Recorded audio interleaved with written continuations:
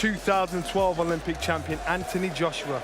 There are high hopes for the heavyweight Joshua, who ripped through his first 7 opponents inside 2 rounds. Can Konstantin Airich provide a stiffer test? Let's get to our heavyweight MC, John McDonald, and find out. And now, ladies and gentlemen, time to meet Anthony Joshua!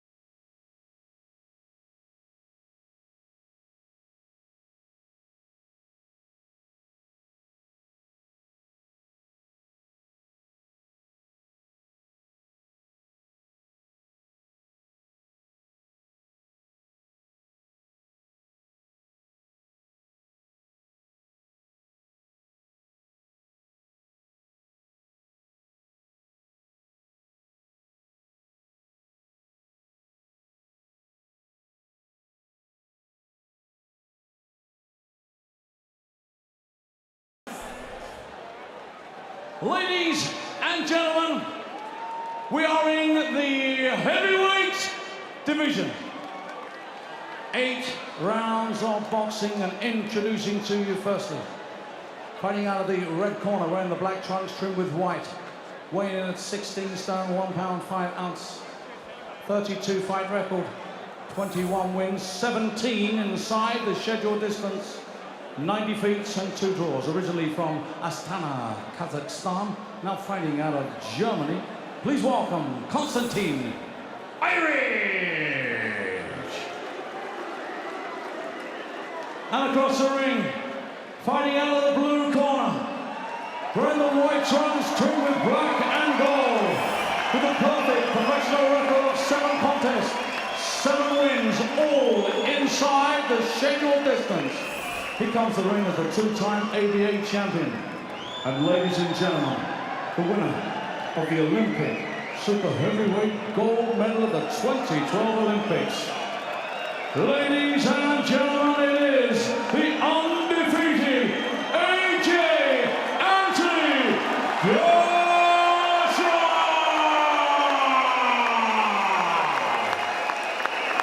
Thank you. The bell is Gary Brennan. Our referee in charge of the action is Steve Gray, and this is 8 3-minute rounds. Anthony. Okay, boys, if I call break, you take 1 step back. Don't let any of your punches go around the back of the head. And most importantly, protect yourself at all times. Touch gloves. Good luck, boys. Well, Airich has been around the block as Joshua gets ready for his 8th professional fight. Airich has gone the distance with world-ranked heavyweights like Oglenia Solis and Vyacheslav Glazkov, but he's also been banjoed in 44 seconds by Manuel Shah, and in his only appearance in the UK 3.5 years ago, he lasted just 74 seconds against Ty Fields. That tells you, if you catch him early, he tends not to hang around, and Joshua has a habit of catching opponents early. Let's see what happens here. Joshua, big, physically imposing. But as we've seen in his previous fights, he doesn't just rush in, Jimmy. He measures his man, and then when he does land clean, the power is just far too much for him. Yeah, and there's a few things he does naturally which he's definitely not been taught. You know, he backs off and throws a left hook. You know, with the body weight going back, and he gets power into the left hook. Throwing one just as I'm talking. You know, and as you say, he's controlled. He thinks what he's doing. He doesn't allow opponents to spoil and make it messy. He keeps them at arm's length. Look at this jab. When the chance comes, I mean, that's terrific. Just spearing into Airich. And Airich lacking the movement to get out of the way of him, and then just turning the corner with that cheeky little left hand as well. Just measuring him up, ready to tee off. Airich managed to block that, and then a little assault from the veteran. And that's the big question, of course, with Anthony Joshua. How's he going to take being hit hard on the chin? We don't know the answer. We will one day. Nice combination again, in and out of range so quickly as well, as you said, Jim. Yeah, I mean, he is tall, and he stands tall for a heavyweight.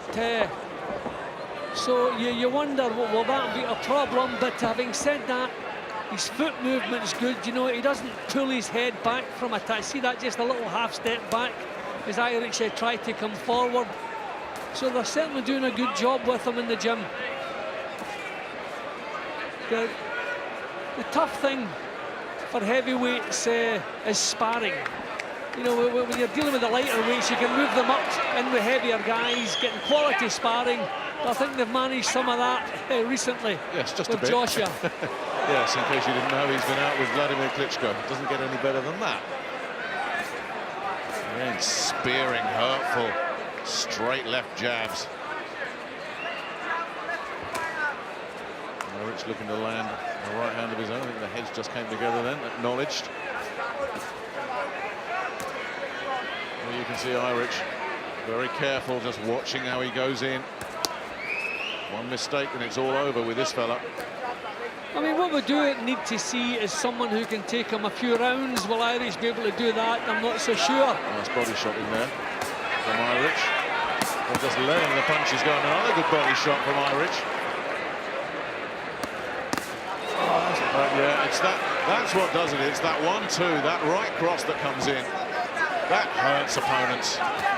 And the way he stepped in with that, I mean, it just looked as though he was on the punch back there. He knew it wasn't missing, stepped right in with it. Beautiful.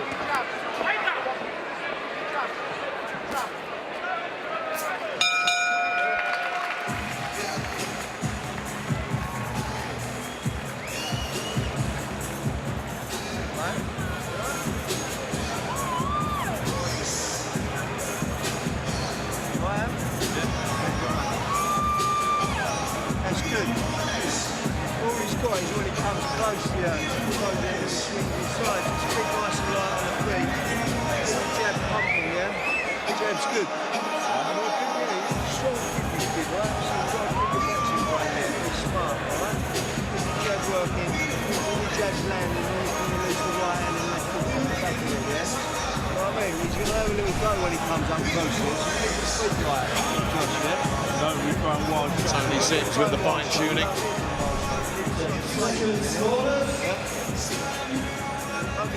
Not a lot of fine-tuning needed. Seconds out, round 2. Round 2. Worth repeating, Joshua has never been past 2 rounds. Is this going to be another second-round victim, or will he go into new territory? Last time out, Matt Skelton gave up the ghost in the second. Before that, Matt Legg at Wembley on the Foxgroves undercard, 83 seconds. He's done 3 in the first, 4 in the second. Is this number 5 here? And he's certainly opening up as if he wants to get rid of him right here. Airich shipping some punishment. Yeah, well, Joshua, right hand of his own, though. He was throwing solid punches towards the end of the opening round, so he doesn't want to hang about. You know, he doesn't see the point in allowing opponents to go rounds the way maybe Muhammad Ali did it at one time. If he can get them out, he gets them out. It's interesting when Airich landed that right hand, he grinned, Joshua. I mean, Airich has never been known as a real big power puncher in the heavyweight division anyway. But that must have so dispirited Airich. Landed a decent shot and it just produced a smile. And I think the jab is also sickening. I mean, there's nothing he can do about that. Solid punches. That was perfect balance there for those punches. Couldn't get the follow-up in, though. He was out of range for that. But it's just a case of get the bomb sight retrained, isn't it? And a couple of digs to the midsection from Airich. And then getting out of the way himself. It's these jabs, as you say, Jim. They're his banker in this fight so far, Joshua. Yeah, they're the ball out. Shield's thrown out as well into the Joshua corner. He's retrieved. He Steve Gray calls the timeout.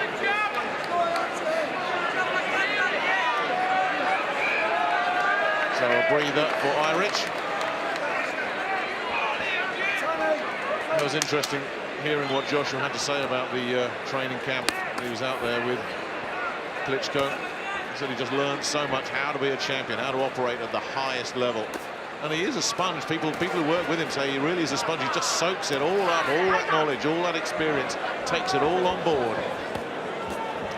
We've got to give Airich a little bit of credit. He's trying to get the chin down, the hands up, and give it a bit of a go. But he's taken some hefty whacks along the way. Kept his chin out of harm's way.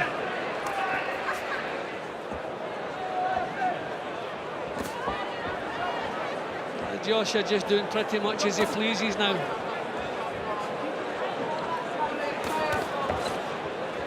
Neat little combination, but as you say, once again, Airich. Talk about a sponge. He's soaking some stuff up here at the moment. Worth repeating again. He might have been bombed out a couple of times early. Oof, went for the big bomb himself there, but he has gone the distance against decent men. Well, I was about to say earlier, we need to see him, after 5 or 6 rounds, what kind of natural stamina he has. There's certainly no signs of anything wrong. But it'll be good if we see it.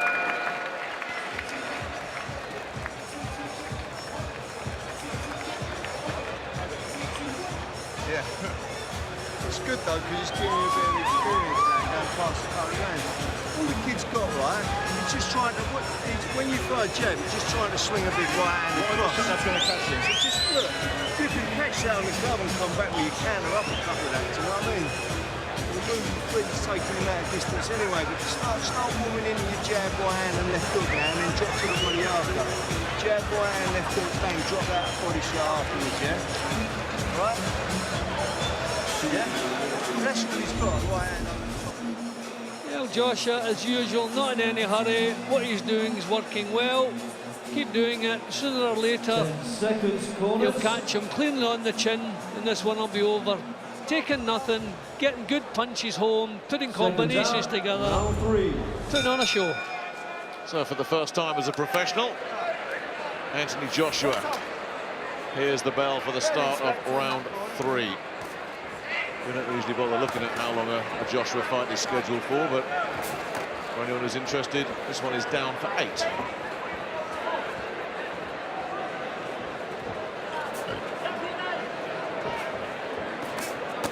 Airich doing a nice job of making Joshua miss. Another smile from the Watford man. Oh, that's the one. Didn't miss that time. Took everything, didn't he? One big right hand and a punch as he was on the floor as well from Joshua. That was well after he was on the floor. Joshua has to be careful of that. Are you okay? Thumbs up. Steve Gray asks Airich if he's okay. It was that big swinging right hand, and Steve Gray is right on that, and rightly so. That was, as you say, Jim, well after. So is resistance about to prove futile here for Konstantin Airich? Now, there's a difference in Airich's body language now. He's felt the full power, and that was bang on the chin. He did well to take that and still be in there. Full credit to him. And it gets another one. The towels come in, and he got absolutely slaughtered with a left hand right on the decision of Steve Gray to jump in there. They'd seen enough in the corner. They said, I'm getting the towel in. And Steve Gray, I think, had seen enough as well. It was that first knockdown, that big right hand that did all the damage. Well, we complimented Airich the way he was giving it a go, trying to take the fight to Joshua, but that big right hand, the first one that landed cleanly on the chin and then caused the knockdown, you could see the difference in Airich when he got back up again. Can't blame him, he simply didn't want to be there. With a pro's pride, he tried to keep performing, but that punch took everything away from him, so the corner were quite right. We knew what was on the way, and just before referee Steve Gray could act, the finishing punches did land. But another terrific performance from Anthony Joshua, and a little bit of credit to Airich for making him work for it. Well, it was a big right hand, as it so often is, that did all the damage. See the difference with that? That one landed cleanly on the chin. He was landing, punches to the forehead and that was the finish, and that was well after. I mean, Joshua could see he was on the way to the floor. So I mean, at this stage it doesn't matter greatly, but you have to really be careful of that. So down he goes, and well after he's on the floor, the big punch. And this is the finish now. Nowhere to go, matter of time, so thankfully didn't have to take too many more. Job done. 8 out of 8 for Anthony Joshua. And as you say, no one's going to argue with this stoppage. Airich had done what he could do. The corner had seen enough. Steve Gray had seen enough. We'd seen enough. Joshua had seen enough. There is going to be some talk about that one when he hit him when he was on the floor as well. And as you say, Jim, you've got to be careful with that, because that could be grounds for disqualification. Yeah, was it a bit of youthful enthusiasm? Yeah, was it a bit of spite? What do you think? He get carried away. You know, he's used to finishing opponents, but you have to pay attention to that. I mean, when you think, can you imagine maybe a couple of warnings beforehand for low blows or whatever, and that's the thing that just turns a disqualification against you. Just maybe too much enthusiasm, but his concentration was superb all the way through that, so he has to also concentrate when a fella's on the floor.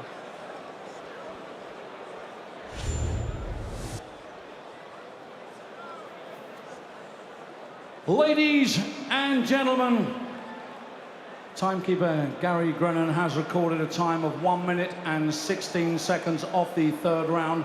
Referee Steve Gray has stopped this contest, but Airich in no position to continue, therefore your winner. And still undefeated, taking his record to 8, 8 and 8 inside the distance. It's AJ Anthony Joshua! The story continues to build, and it'll carry on again next month when he's due out again. There was talk that Dennis backed off, the very capable man, was going to come in. But we're since hearing that Dennis is not going to be available for that one, so that one's up in the air at the moment. But hopefully the education will continue for Anthony Joshua. The interest in him will build, because he really is generating some momentum. Eddie Hearn talks about him as a potential crossover star. Scott Quigg is due up next, defending his WBA Super Bantamweight title against Stefan Jamoy. That's our main event. It's coming up in a few minutes' time. Quigg in a pretty good vein of form himself, and he'll want to emulate what Carl Frampton, his great rival from Belfast, did last week. But before we get to Scott Quigg, we need to hear from the big fella, AJ. Anthony, congratulations, 8th straight stoppage win, but taking into the third round for the first time tonight. Yeah, just taking my time with things, no rush, picking shots, enjoying it. It's all about experience at this level, and we are stepping up. So as I said, getting the experience, so not much point in rushing and doing the same old thing I was doing 4 or 5 fights ago. So just trying to do something different now. You seem to be varying the power of your punches in there. Yeah, most definitely. I wanted to go 8 rounds, to be honest with you, because he's durable.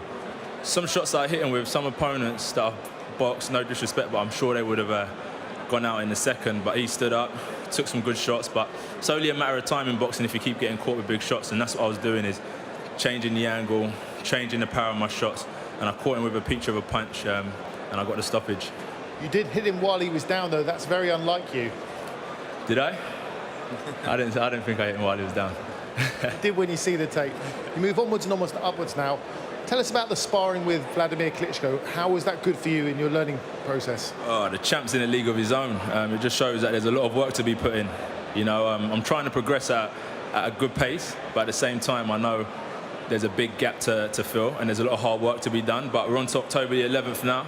You know, it's going to be a great show. I'm back to London, and it's just another stepping stone. The champ, he told me that he had some ups and downs in his career, got them right, and that's what's got him where he is now. It's not always going to be a smooth road. Right now, things are going well, and I hope they continue that way. But like, the experience for me got me in good shape for this fight, for sure.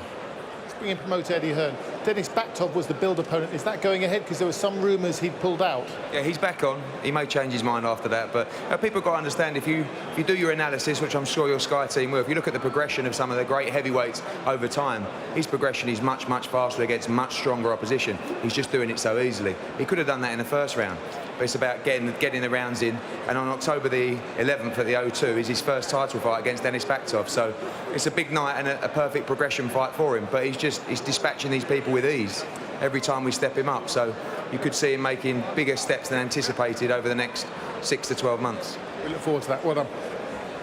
Well, it looked like he was stuck between trying to coast it and the devil got the better of him.